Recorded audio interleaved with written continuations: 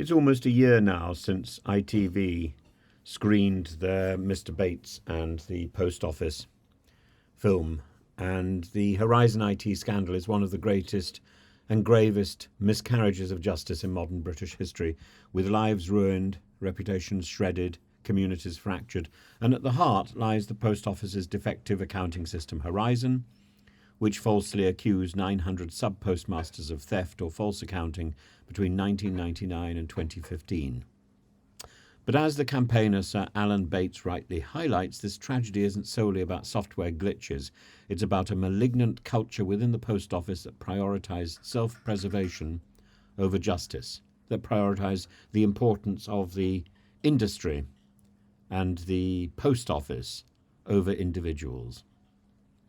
Sir Alan Bates has become the voice of the scandal's survivors, insisting that public scrutiny must go beyond technical failures to expose the individuals and the failures of the system that must be held responsible, particularly the key individuals who keep cropping up and who seem to have placed the system and the Post Office and their reputation before the individuals who had been bullied and imprisoned for no reason.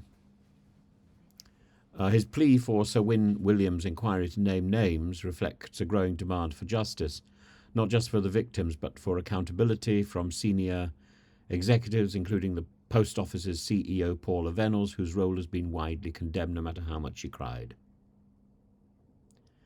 But it mustn't stop simply at a few people being rapped on the knuckles for bad behaviour. It needs to start with returning the money that was taken from the sub-postmasters, ensuring that there's proper compensation and soon, and then pointing the finger of blame. We seem to have got it all back to front, and there seems to be an assumption that the longer we delay, the less we're going to have to pay out. But the point is, we need to be repairing the damage that was done to these people. And that starts off by repaying the money that was taken from them. And playing around with nomenclature, using the word compensation as a sort of cloak that covers everything, is a deceit. Promising to pay compensation and not actually making an arrangement to do so in the budget is a deceit. And these deceits are at a government level.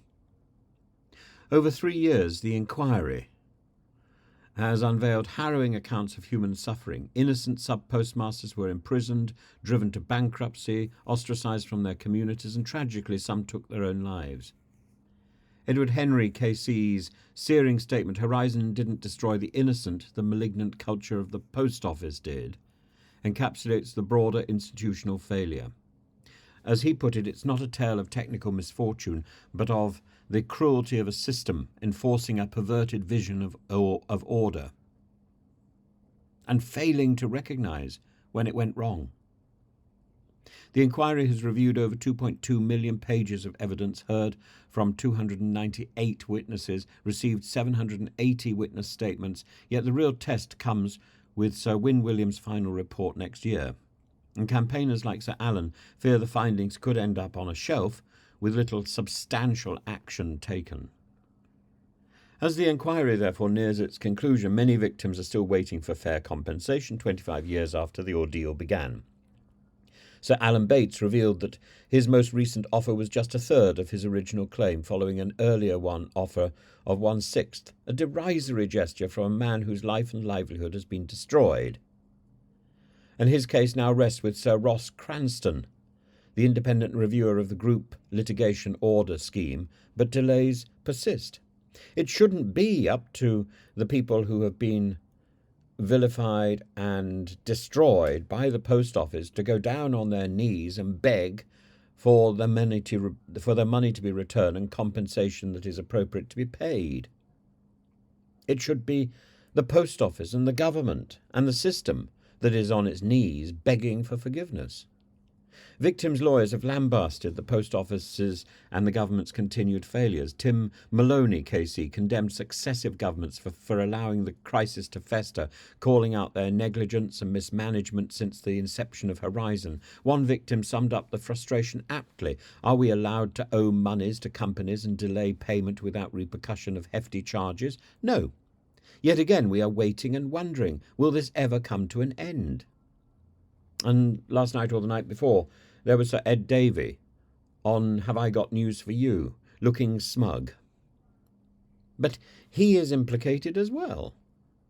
This scandal implicates not just the post office, but successive governments, Conservative, Labour and Coalition alike, for failing to intervene decisively. The post office's single-minded pursuit of prosecutions at the expense of truth has eroded trust in a once venerated institution. The speed with which the post office attacked the individuals is not mirrored by the speed at which the post office repays the same individuals for its error. The ITV drama Mr. Bates versus the Post Office kept the public attention on the human cost of this disaster, but without real change in the system and real accountability by the post office, by the government, true justice will remain elusive. The next steps are critical.